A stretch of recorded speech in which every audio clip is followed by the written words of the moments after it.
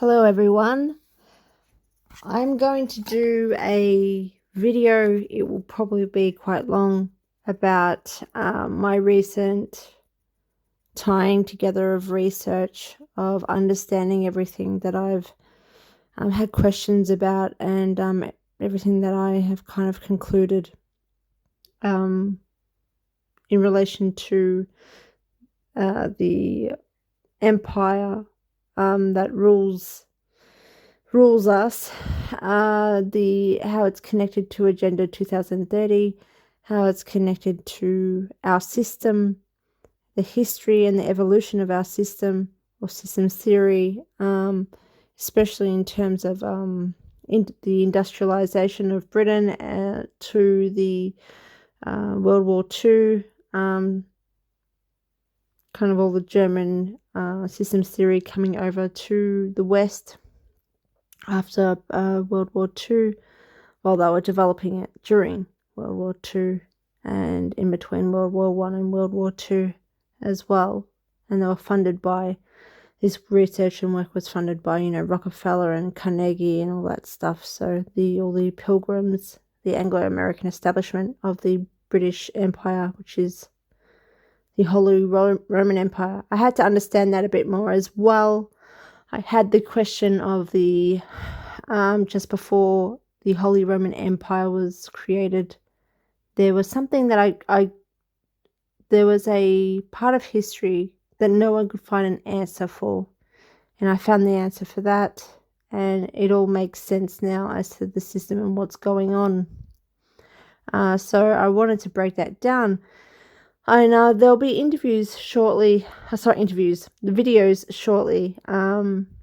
about how Meghan Markle ties into all of this, and the PR that's being created, the PR construct of Meghan Markle, good and bad.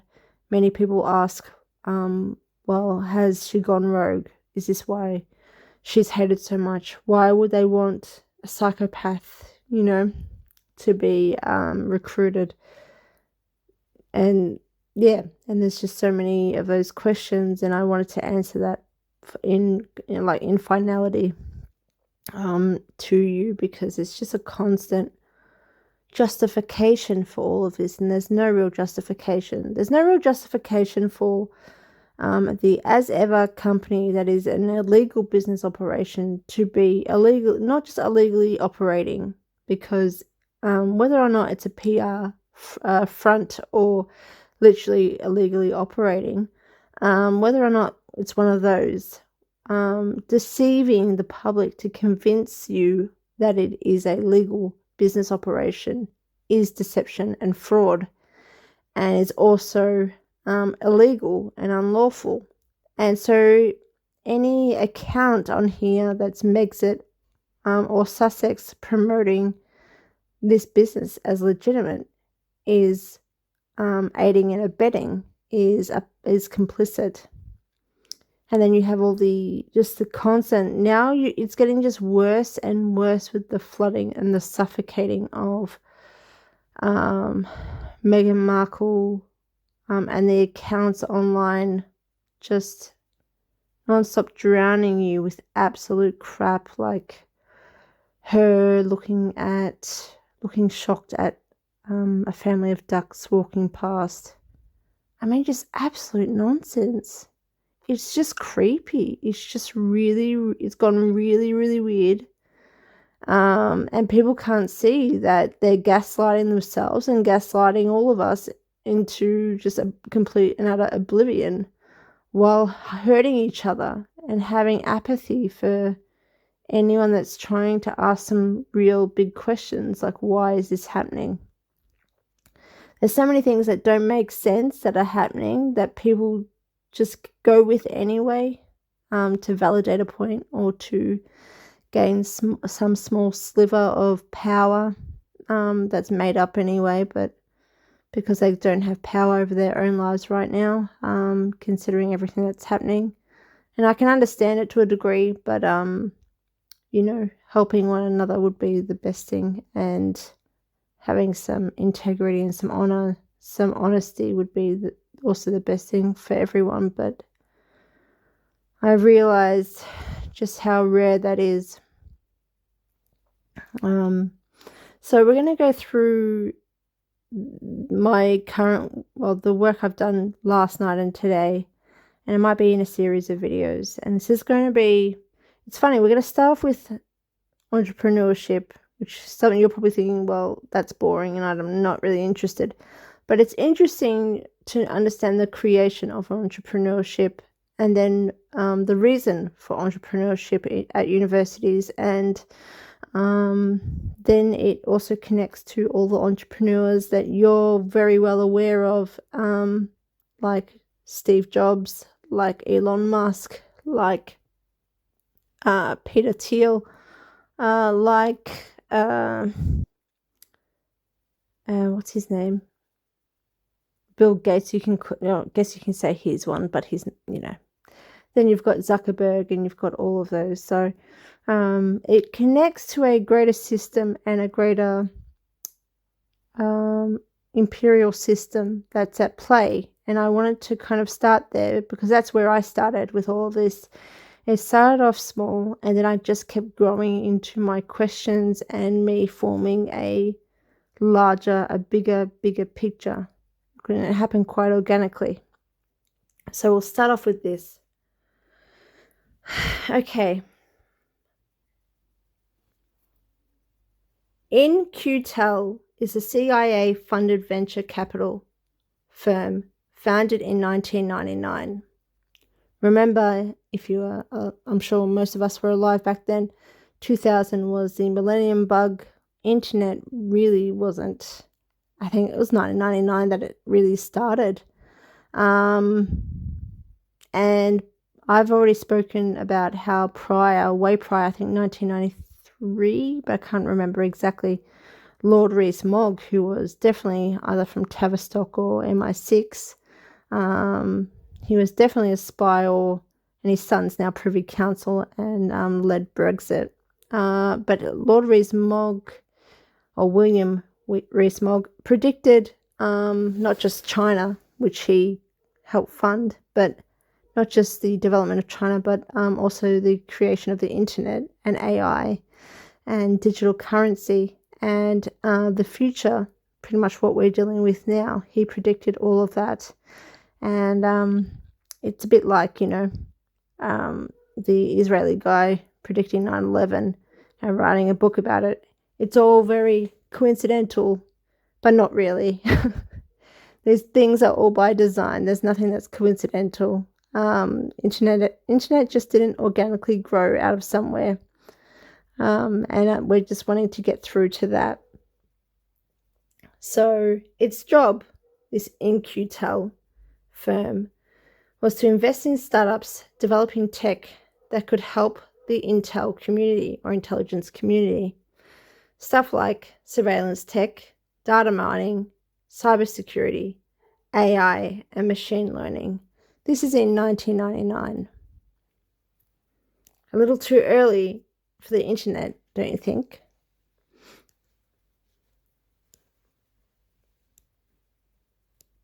This firm directly involves Palantir and Peter Thiel. They invested in his work and also Google Earth. Firms like In-Q-Tel exist to scout and shape emerging technology.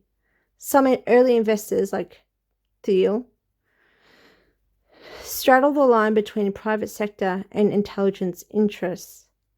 Facebook, Google, X make data collection easier than old school spycraft. Pattern: fund early, steer quietly, merge public and private missions.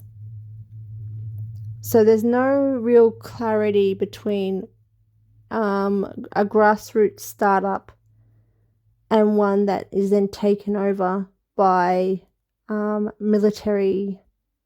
American military and intelligence.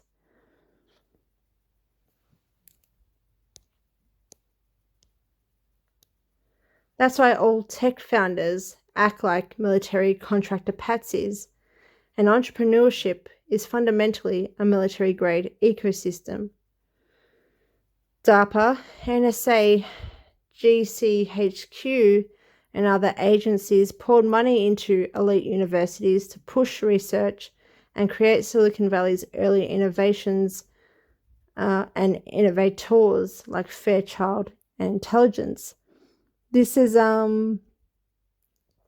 after World War II, supposedly, and organically, supposedly, the military, realized how much technology was so important to defense, I wouldn't say national defense, I'd say imperial defense, especially across the Five Eyes, once Five Eyes were created. And they realized that they really needed to start getting it from this internet or this technology from military grade to, making it mainstream, which happened obviously in the 90s or early 2000s. And that's why the beginnings of and the creation of Silicon Valley and the creation of entrepreneurship and the first kind of investor firm were all military backed, and all related and interrelated and interdependent with intelligence agencies.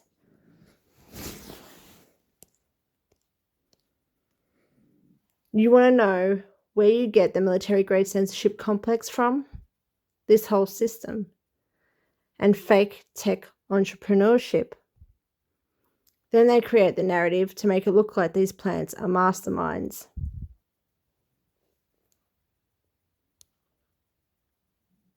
I don't know which one's first, the chicken or the egg. And I think that's what, well, you're never meant to question that, but I think you should. Why do you think Lord Rees-Mogg could predict the creation of internet, AI, and digital economy the way he did? Same guy predicting China's development while selling to City of London its promising return rate yield. I wanted to know why entrepreneurship is so limited in definition and scope. I know why. It's there to meet our planned future's needs. Any non-autistic cyber nerds or non-eco scientists need not apply. I don't know if you know much about entrepreneurship in the field. I've been exposed to it, and if you're not it's really as silly as this. It is really a facade. Even throughout, I don't know if you know much about entrepreneurship. I've been exposed to the era of if you can call it an industry, and the university kind of environment of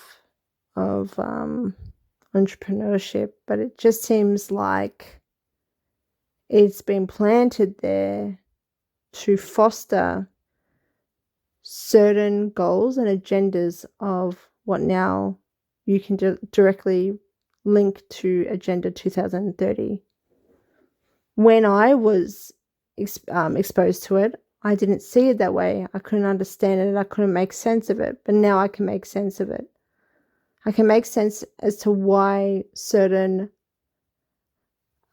projects were funded that, for me, didn't have the merit or the real substance to be able to do something that was really powerful and impactful, especially to the people in the community, compared to what it could achieve for the university itself, and for technology, and how these kids that would be funded and supported were literally branded as like the new Zuckerbergs, and the stuff that they were creating was as basic as shit, and I just couldn't understand it because there were scientists there, regenerating certain things, plastics and all these kinds of things. I can't even remember, to be honest. I can't even be that specific, but there were some real genius ideas, and I couldn't understand why I was having to watch these idiot kids be funded and supported over a really stupid idea. But it makes sense now, and that's just one example that I've been exposed to with entrepreneurship. But I really just wanted to understand it because it's been quite a question for me for quite some time since those experiences, like a subconscious kind of question, or just like a one that I would kind of revisit here and there. And it makes sense because I'm going to connect it now to this greater system, that is this imperial system and Agenda 2030 and everything in between, which sounds really it is left wing, but it's really interesting for me anyway.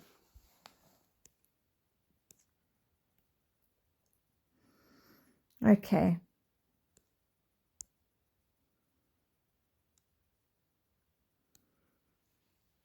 So let's start off.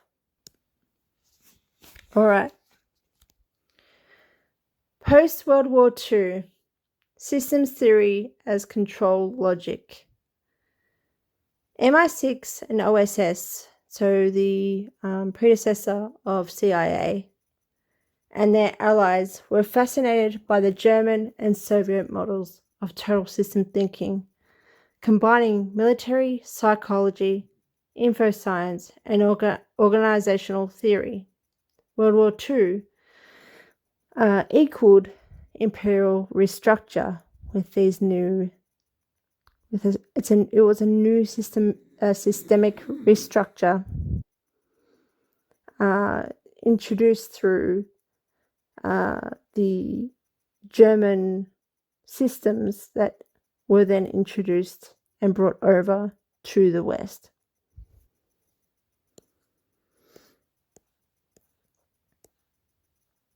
After World War II, they brought over not just rocket Nazi scientists, Operation Paperclip, and Matchbox. Matchbox was the operation in Australia, but it was all over the Five Eyes. You had Canada, you had everywhere. Not just Argentina, hey, but you had just numerous countries in the West where the Germans and the scientists and the intellects were sent over. Immune from Nuremberg, or the Nuremberg trials, but philosophers, psychologists, and systems thinkers like Werner von Braun, Ludwig von Bertalanffy, and Jack is he was based in the UK, and he actually pretty much was pardoned just before the war by Hitler. I'm not sure if that was really true or real, but he created a lot of Rockefeller and Carnegie backed work. Ernst, as his name, Ernst Jack? Was it Ernst? Very interesting guy.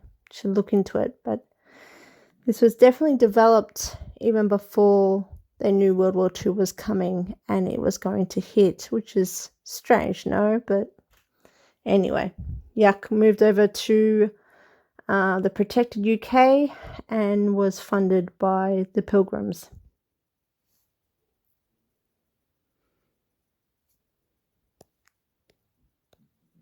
This led to a fusion of systems theory, cybernetics, behavioral science, and information theory.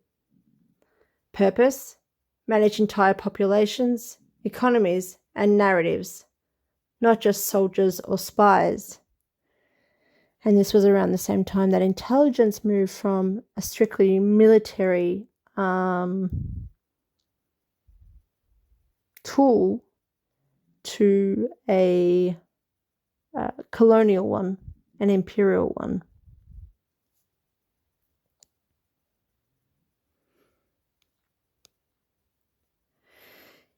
Number 2, university as incubator for imperial design.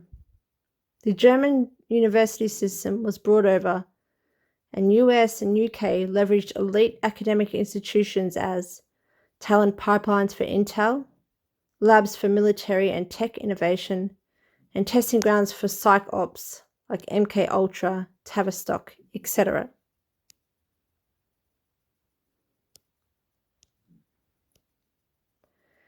German university systems, the Humboldtian model, influenced how modern education became technocratic and policy-driven rather than exploratory. So modern education no longer became about curious thinking, about questioning, about creativity, about really evolutionizing how we think, and what we can think. As I said, in World War II, we were re-educated, and I think this has a lot to also do with this model, because it stopped us from exploring, and it was all about the rules of, and the formulas and the logic behind everything, and nothing ever really made sense. That's why so many people that I know, including myself, have been educated at university but have had to be re-educated since. Economics was not natural, for example, for me. Thanks, Hastings. Our history has been revised. There are just so many things that we're just taught as a matter of fact, and we cannot explore. And that is this model here. Result: unis become pre-vetted pools of ideological, technical, and operational talent, perfect for think tank and transnational governance roles. So we're talking about really conditioning. It was a system that you could condition certain talent and scout certain talent to be able to, to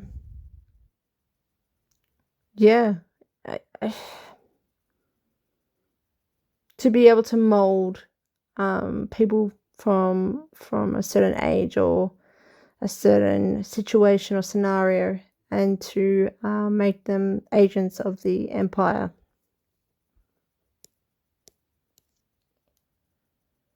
Without exploring very much. So 3, Five Eyes and global infrastructure of control. Five Eyes, US, UK, Canada, Australia, and New Zealand is not just a surveillance alliance. It's a strategic infrastructure for global soft and hard power projection.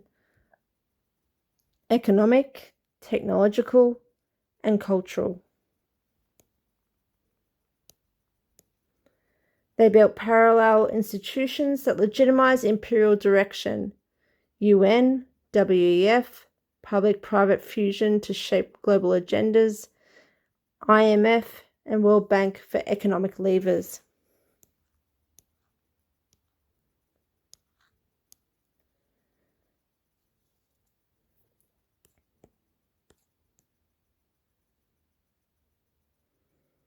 You can also add in the entrepreneurship within the university system. Well, which is recent anyway.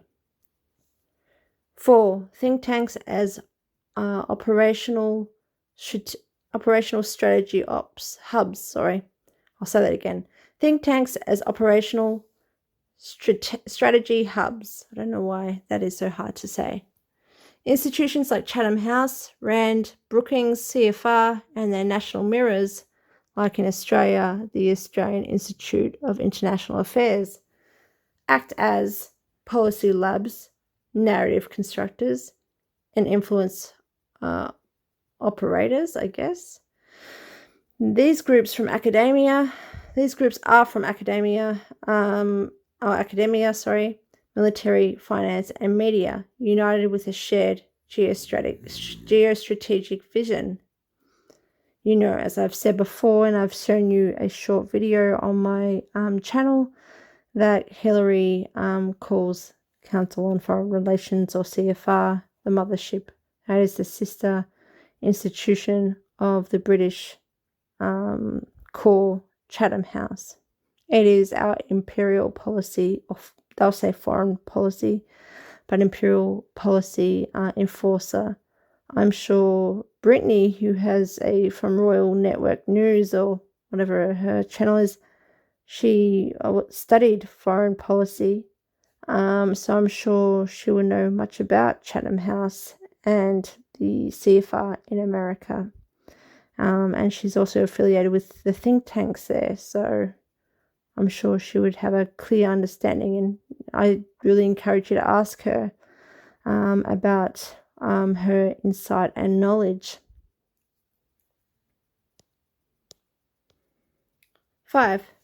Tech and entrepreneurial culture as restructuring tools. Okay, so now we've got to it. So this is connecting to my first thread that I did. The startup scene, especially in AI, biotech, and green energy, is being woven into larger goals like Agenda 2030 or UN Sustainable Development Goals. Such innovation originated in military post-World War II, then was systemated in hubs and universities. Startups are only incentivized and supported to solve problems that align with global governance goals, sustainability, surveillance framed as safety or e-safety, wink, centralized digital ID and finance, and behavioral nudging populations into compliance.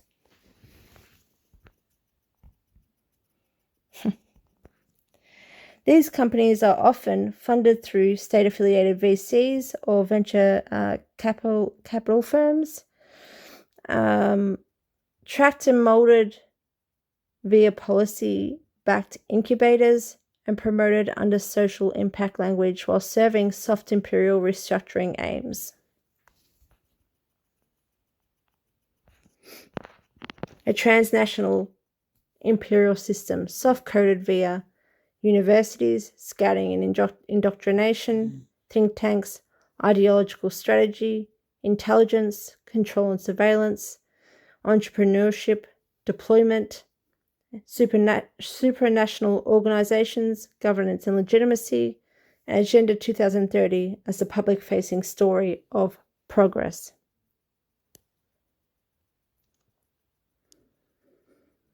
Tavistock Institute UK. We're going to get into these institutions that are involved. Tavistock. Origin is post-World War I, but it really came into effect World War II. Function, behavioral science, mass psychology, social engineering, groupthink theory, psychological warfare, mass manipulation through media and education. Connected to British intelligence, MI5 and MI6, and military's psychiatric wing. You can ask BBC on that. Collaborated with the CIA's MKUltra. Models used in advertising, social media dynamics, corporate leadership, crisis management, manufactured consent, help design the emotional and cultural architecture of global governance, how people think about power, choice, and identity, like fake social movements.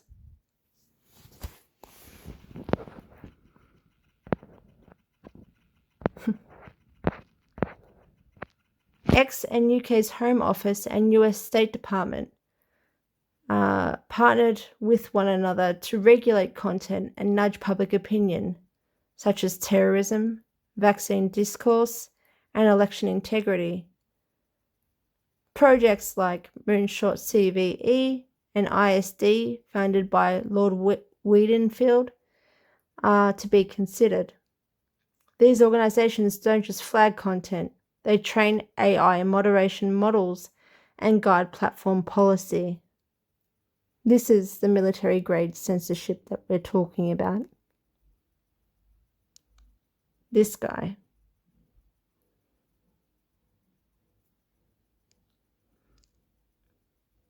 YouTube uses behavioral analytics and emotional mapping to promote and suppress content based on group psychology and mass influence. Works with Jigsaw, which is Google, Jigsaw linked to military and psychology warfare strategies, ADL, Southern Poverty Law Center, and UNESCO, authoritative knowledge gatekeeping models. So that's YouTube for you. That's why we're censored. That's why my comments are censored. That's why I'm demonetized. Many things within the algorithm.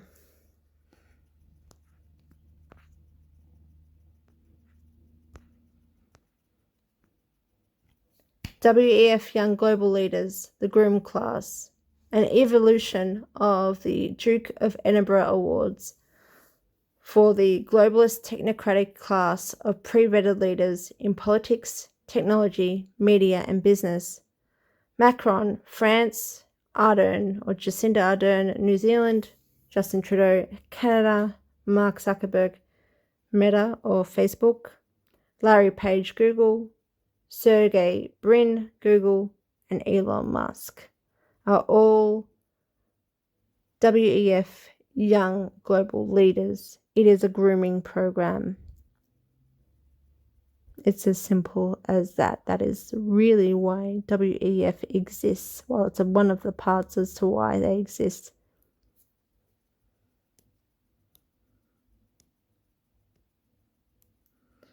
Many have simultaneous links to intelligence-connected corporations, think tanks, supranational organizations like WHO and UNDP. These leaders often implement similar imperial policies: digital ID, speech regulation, ESG metrics, regardless of political ideology, meaning it's one big uni-party.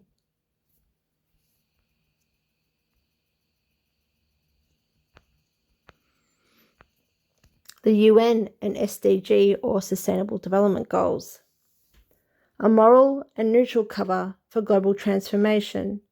Agenda 2030, roadmap around equity, climate, digital inclusion, etc.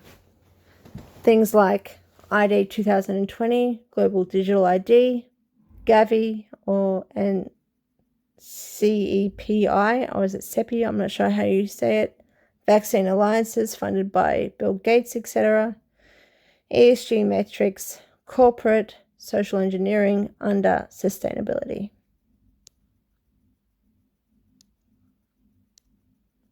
These Sustainable Development Goals are the ideological scaffolding for restructuring economies, behaviours, and technology under centralised but non-democratic guidance. Non-democratic guidance. This pleb. Chatham House and CFR, or Council on Foreign Relations, the strategy hubs. They set policy, direction, connect elite consensus. They create white papers, reports, and policy frameworks that governments and organizations adopt wholesale. Tied to oil and banking dynasties, defense contractors, and supranational legal and governance frameworks.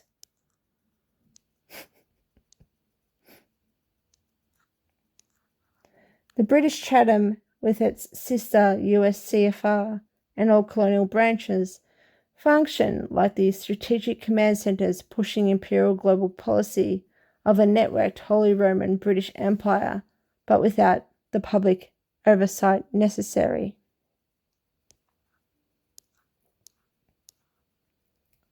Private empire families plus corporate tentacles. Rothschild, Gates, Soros are nodal power brokers. Oh, and Rockefeller and everyone else that everyone knows about. Funds think tanks and universities, controls health and agriculture narratives, influences elections, education, media training, privatize diplomacy and technocratic enforcement via philanthrocapitalism. I almost lost that there. He always reminds me of Franklin the Turtle.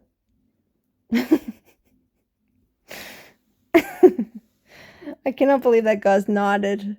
But, Jacinda Ardern's also a dame. I mean, can it be any more obvious what's going on?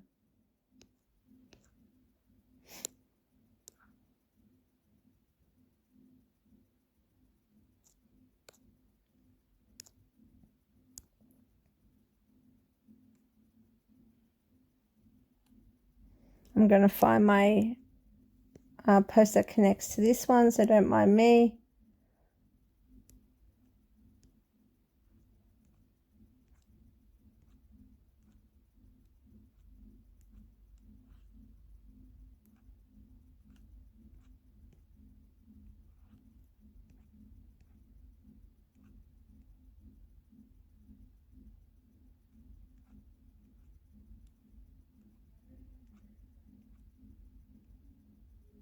Let me see if this is the one here.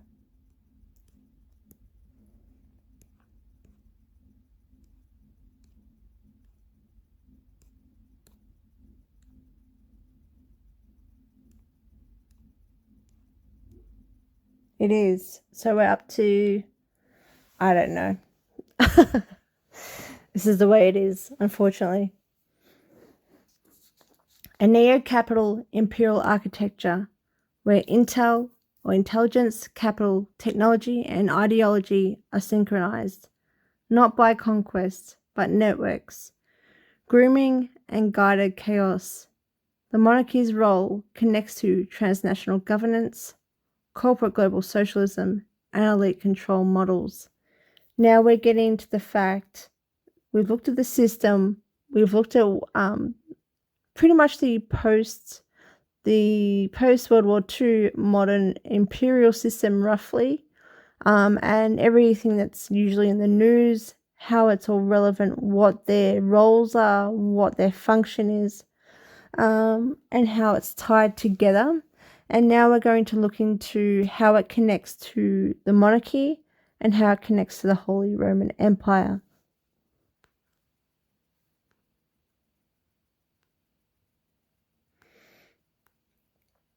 From the late medieval period, certain monarchs, including English kings, through dynastic links, held honorary roles in the Holy Roman Empire, such as Prince Elector or Arch-Treasurer, as you can see in the peace treaty for the American, I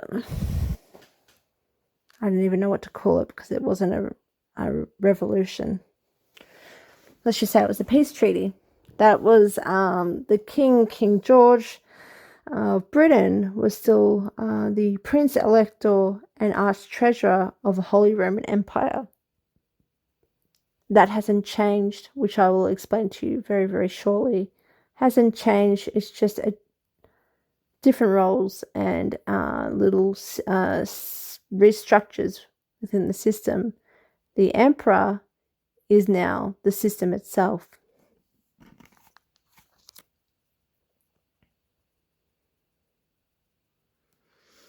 These ancient titles morph into modern imperial functions: sovereign immunity, central banking authority, global finance leverage, but now under the cloak of constitutional monarchy and democracy, although it's still feudalism.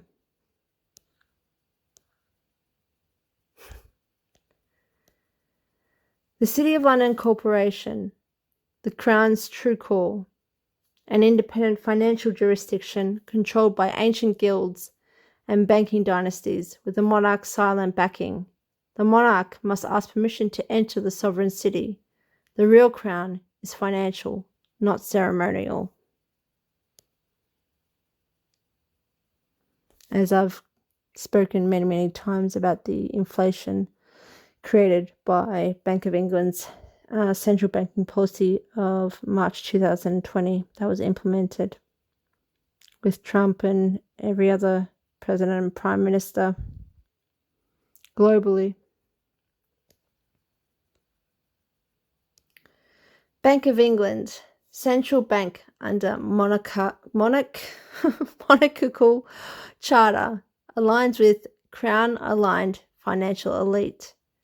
Treasury, now emerged with financial finance. IMF, BIS, WEF aligned policy. Monarch's crown estate profits from finance governance quietly. The monarchy, passive face of finance oligarchy. As you know, the history of Bank of England establishment, Winston Churchill's relative was also the creator of Bank of England. The Marlborough dynasty is very, very wealthy, much wealthier than the Rothschilds, for example. Hence why Diana was so important, and her cousins Fergie and Camilla. But I don't know if they were actually a part of the same. I don't think they were a part of the Marlborough dynasty. It was the is it the Spencer family? You'll have to go through the bloodlines. I've forgotten, but they are cousins, so the bloodline's important. Okay. Fabian society, socialism as elite strategy. Slow, gradual evolution of capitalism into socialism, not revolution. Train elites through academia, LSE, or London School of Economics, and shape policy for managed socialism. Promote technocratic, centralised governance while maintaining aristocratic influence. Thatcher was the mother of Tony Blair. That was her greatest legacy. Oh, and also economic restructure, which is what we're facing. Acts as a bridge between monarchy and proletariat, grooms the Labour Party, trade unions, and global development activists aligned with WEF, UN, etc. The Fabian model keeps the crown safe by guiding the masses gently towards collectivism, all while maintaining elite control through finance, media, and law. Our dickhead Prime Minister, Albanese, I mean, you know, they're all dickheads, they're all a uni party, but this dickhead in particular that's currently running Australia into the ground just today is a Fabianist, a member of the Fabian Society.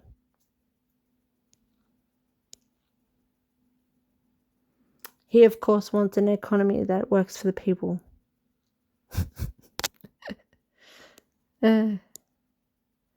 Fabianism, nay socialism, originated with British industrialisation and its Lancasterian schooling system, funded by royalty and elite patrons. Why? Conditioning mass control via education.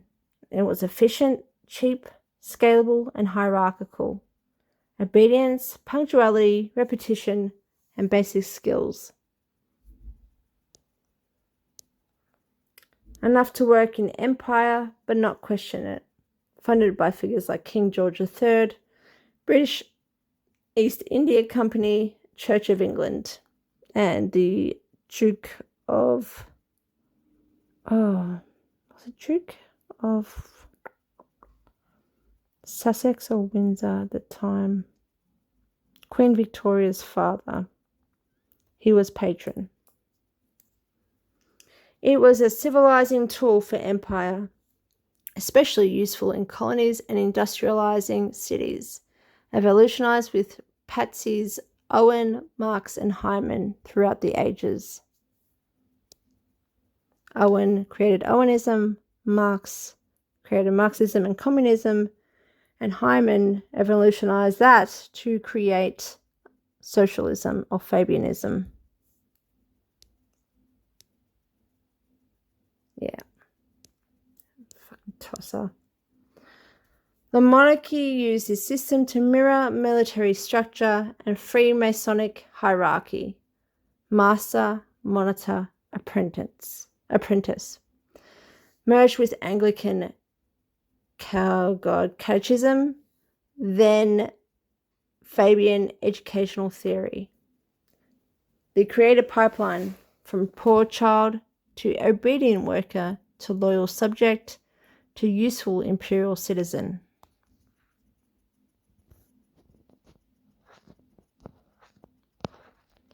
The true education system is the following. The Lancasterian system, which is now our schooling system, trains servants and colonial subordinates. That is for us plebs, for the poor, for the non-elite. The Jesuits trained diplomats, intelligence, elites, and strategists. They are the ruling class of this imperial system. They are groomed, they are trained within the education system. They go to the Jesuit universities and colleges and schools. They are the chosen elite. Technocrats train the administrators, and Masons are crown initiation and gatekeep access to real imperial power within the City of London. So, yeah, that is Masonry. But Masonry and Jesuits, they intertwine. Jesuits is from the from the Vatican, from the Pope, from the spiritual ruling of the Holy Roman Empire, and the Masons are pretty much its brothers under the other part of the Holy Roman Empire, the British Empire and monarchy. And the Masonry is basically that sort of society mirroring the Jesuits. That is all about sworn oaths and secrecy to be able to become an actor of the crown.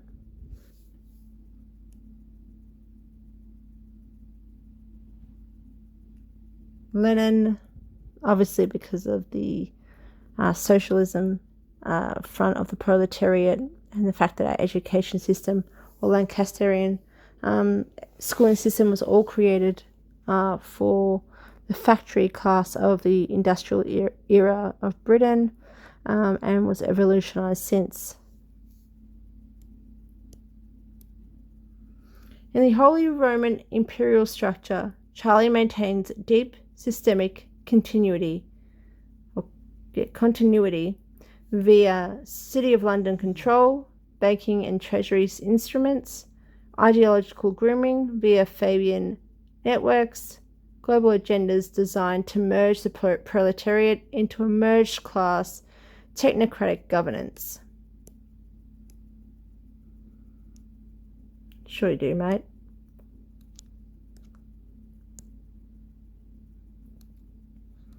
Now we're here.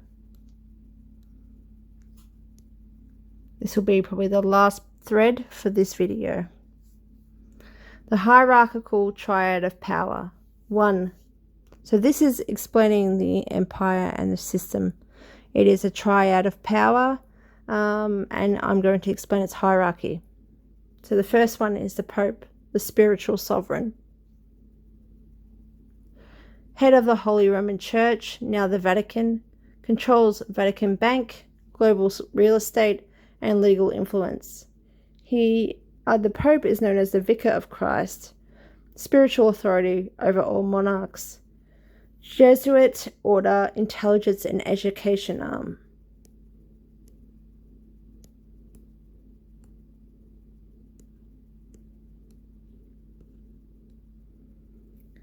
Number 2, the British monarch, temporal executor and arch treasurer. Sovereign face, financial, law and continuity. That is what it represents. Maintains control through City of London, Crown Colonies, Commonwealth States, financial institutions like Bank of England, BIS, IMF and World Bank, and international law via Privy Council, Chatham House and Royal Courts. They are the enforcer, they are the sword of the Holy Roman Empire, and the Pope is the spirit.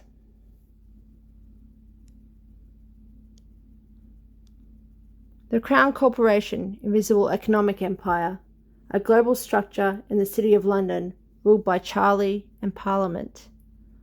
Ruled by Charlie, not Parliament, because it is sovereign. Central banks like BOE, BIS links, legal power such as Inns of Court, Masonic guilds gatekeeping, Rothschild-linked banking dynasties, and private, immune, and supranational.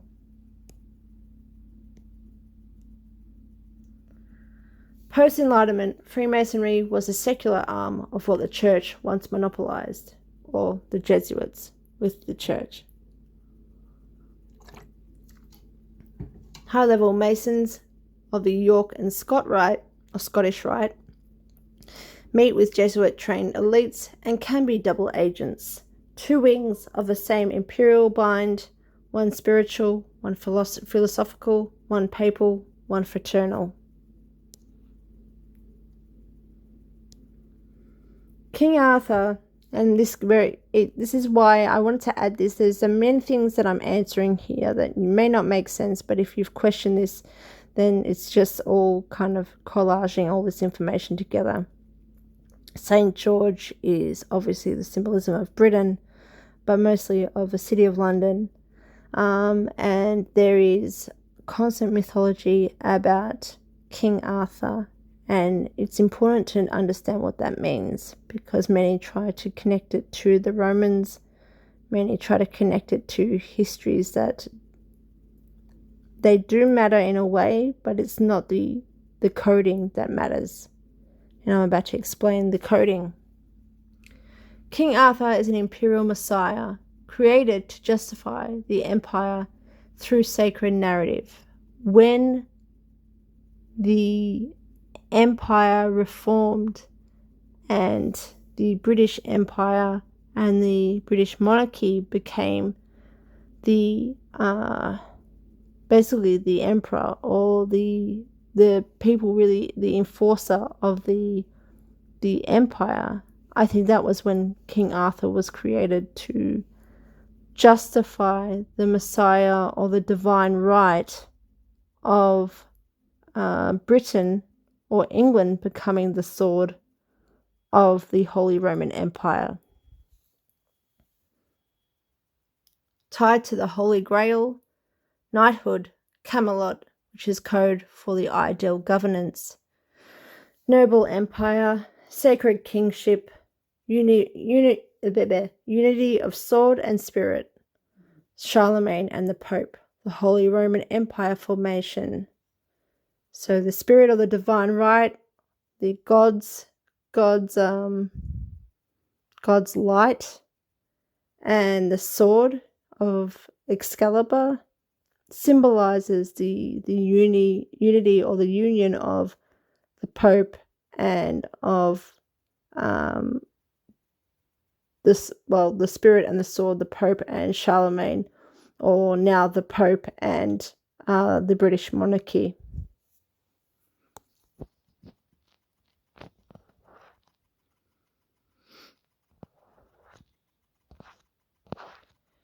The crown traces its divine right back to Arthur. Britain, the inheritor of a sacred Christian imperial destiny.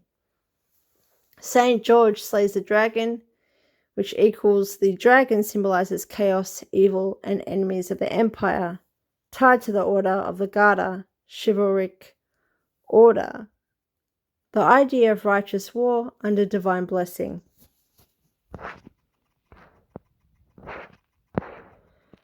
Spiritual and temporal, double crown governance, spiritual being the Pope and temporal being the British monarchy.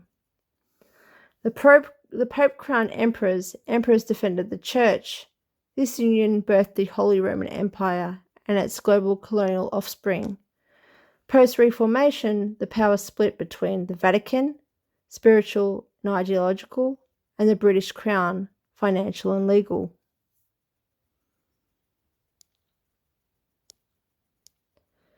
They still operate in tandem. Vatican aligns with global ethical narratives, example, climate, migration, poverty, and the British and Crown networks execute global governance, finance, and legal architecture.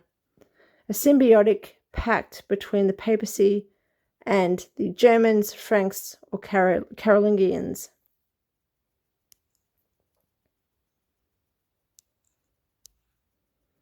Now let's get back to a timeline so you can understand what actually took place when the Holy Roman Empire was created. 476 AD, the fall of the Western Roman Empire. The last Roman emperor, Romulus Augustulus, is deposed. The Pope becomes the last spiritual link to the Roman world. Italy is politically fragmented. The Church remains intact. The years 590 to 604, Pope Gregory the Great begins shaping the medieval church bureaucracy. He sends missionaries across Europe, such as Augustine, to England, forges the church's long game, spiritual dominance through cultural conquest. The vision: the Pope is the spiritual emperor of Christendom. Mind you, around this time, there are, actually even now, there was a British king in Wales, but then, governing the Celtics, the Celtic side of Britain, and then you had the Saxon kings and the several Saxon kingdoms ruling Britain. There was not yet a unified England. That happened, and England, that is the name that was given. That all happened under Charlemagne through his through Egbert before Athelstan. Egbert, which then really the kingdom was lost to the Danish and then was taken back by Athelstan, who was also taught by the court of, I think it was Otto, the Emperor Otto, so the second emperor after Charlemagne. And Egbert, under exile, always exile is the excuse, before he unified England, was taught under Charlemagne's court in Germany. Now, this was, before the year 800 when this all took place, but there was a king, King Offa, which was one of the Saxon kings, who was trying to kind of prime or prepare Britain for the unification or the union of all of the kingdoms, when then Egbert came over and took over. I don't know if he attempted and failed. I know that he was really under Charlemagne's reign once Charlemagne became emperor, and he was doing everything in his power to streamline as much as possible. But it may have failed, or the plan was for Egbert to come in and just take over.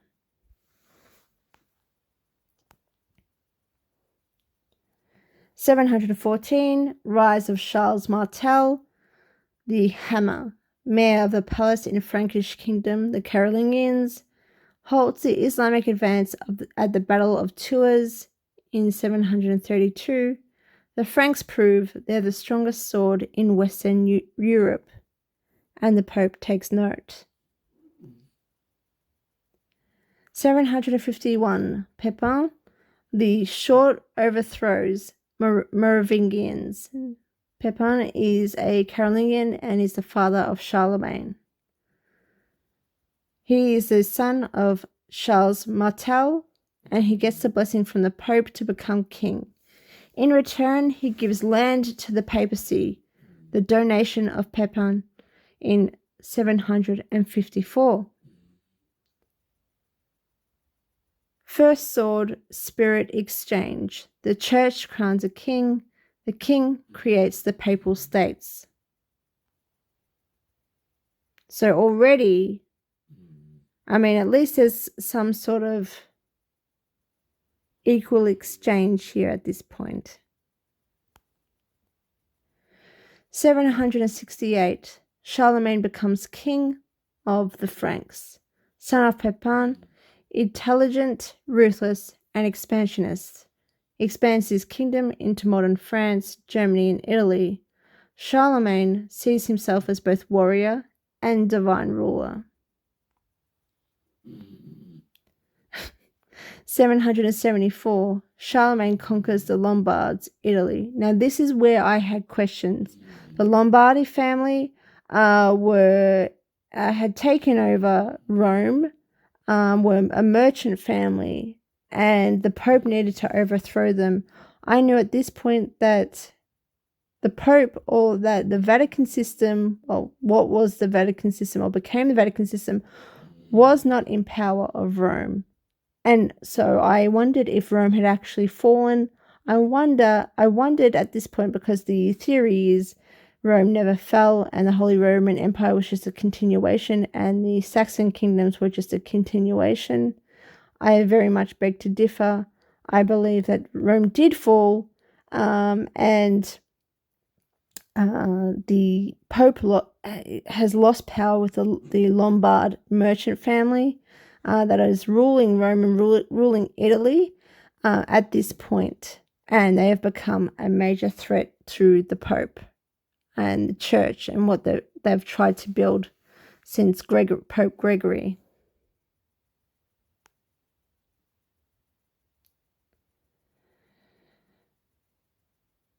So Charlemagne conquers the Lombards, destroys the papacy's biggest local threat, protects the Pope physically, and expands his influence into Italy. Charlemagne now acts as defender of the Church. The Pope becomes indebted to Charlemagne. This is where it gets really, really interesting. 799, Pope Leo III was attacked in Rome. Roman nobles attempt to remove the Pope. He flees to Charlemagne for help in Paderborn, Germany. Charlemagne escorts him back, reinstates him, and secures church loyalty. 800 AD, Charlemagne crowned Emperor of the Romans. December 25th, St. Peter's Basilica, Rome. Pope Leo III places the crown on Charlemagne's head. The moment the spiritual and temporal worlds are fused. Pope equals the spiritual authority, Emperor military executor, and the empire is Christendom.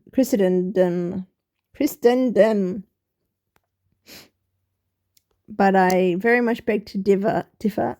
I have a hard time on accepting that the Pope, other than being the Christian legitimizer of the emperor and the Christian legitimizer of everything that was good and righteous and was justified in the world back then, because everything was justified through Christianity and through religion back then. There was no real, there was not a legal system per se. It was really the religion that made the legal system.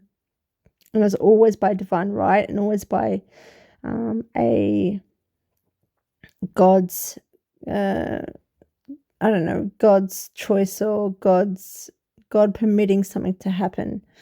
Back then, I don't think that the Pope has had equal power whatsoever to Charlemagne or the Emperor, and that is why, obviously, the Knights Knights Templar were created by the Pope, trying to finally build his own army and fight back against the emperor at the time, because he was sick and tired, or they were sick and tired of the emperor appointing bishops, which then led to the Concordat of Worms, which was an agreement where I think the Pope could make that choice.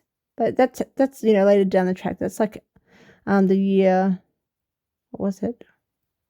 I think 1120. I think we're looking around there.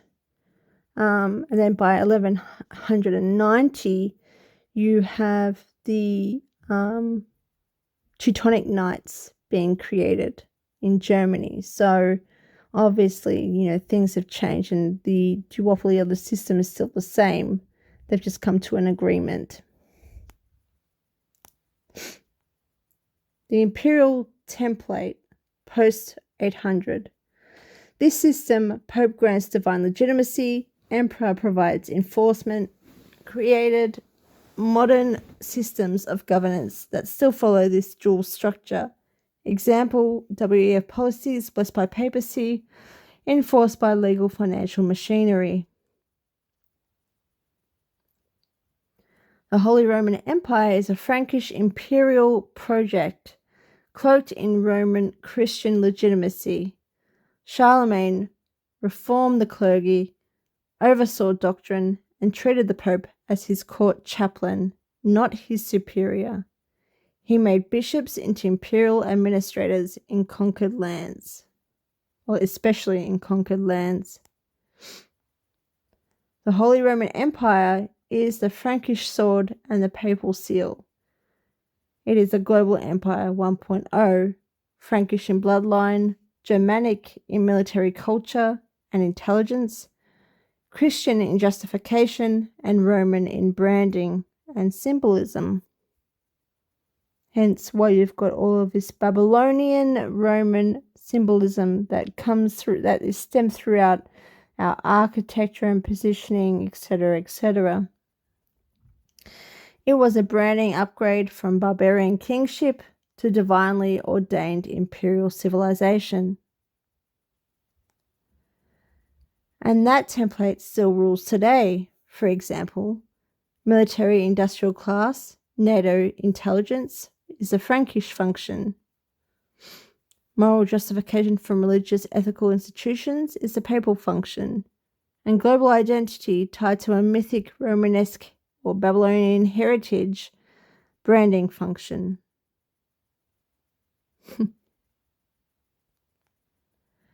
Every modern empire still uses the Frankish papal hybrid model. They just updated the uniforms, currencies, and media platforms. Show you here. You can see here the crown sovereign, spiritual sovereign, and knights of empire, which is the Order of Malta, chivalric order, sacred military and diplomatic networks, still sovereign entities. The sword, which is now, the sword is not really the emperor himself or his army. It's been expanded, especially with the World War I, World War II restructure. Really, that's where the sword was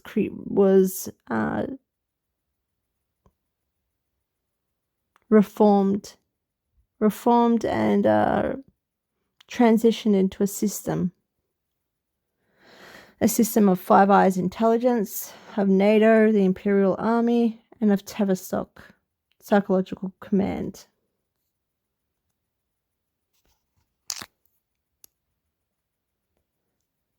City of London, Crown Treasury, now all merged with the international banks.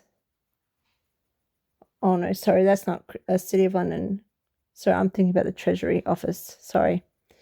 Bank of International Settlements, BIS, Central Bank of Central Banks, BlackRock, Vanguard, State Street, Emperors of Capital, control over trillions in passive assets, set ESG and social credit standards, IMF, World Bank.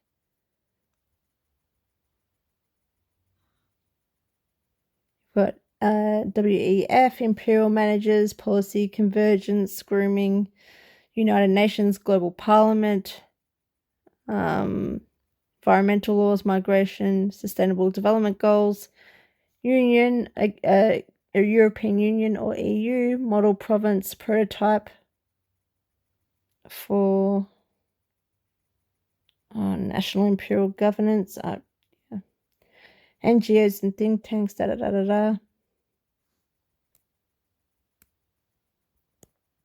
Oh, no.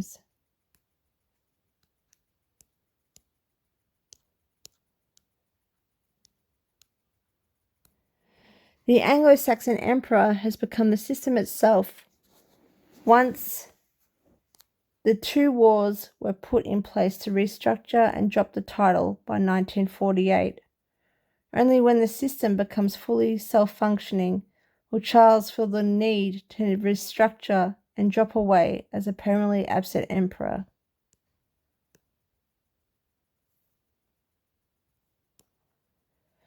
So you have here timeline,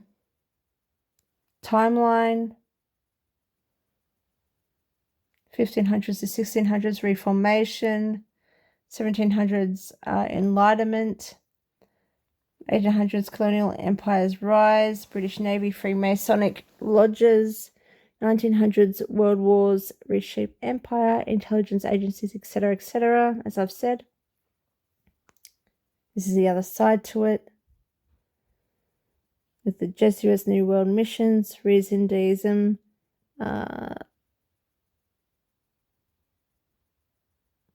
classical Rome reborn, Anglican evangelical morality, Pax Britannica, League of Nations, UN, Vatican diplomacy, democracy, human rights, UN SDGs, people, da.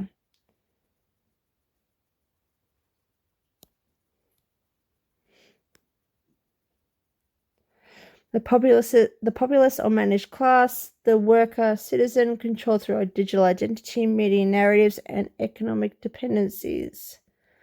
The informed elite, academically trained via Fabian, Jesuit, and Masonic universities to serve empire loyally.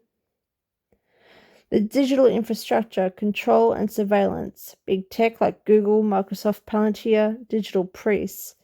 Infrastructure for data, surveillance, ID control. Do you see how entrepreneurship doesn't necessarily exist?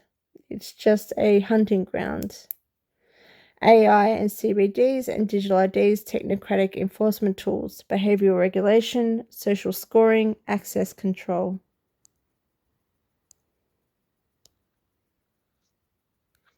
And that's it for this time. I'll continue on with simplifying the structure so you can see it again. And now we're going to then go into the PR narrative that continues to this day of the event that took place in 2020. And then we're going to move forward with Meghan Markle and her reasons for existence. Thanks, guys.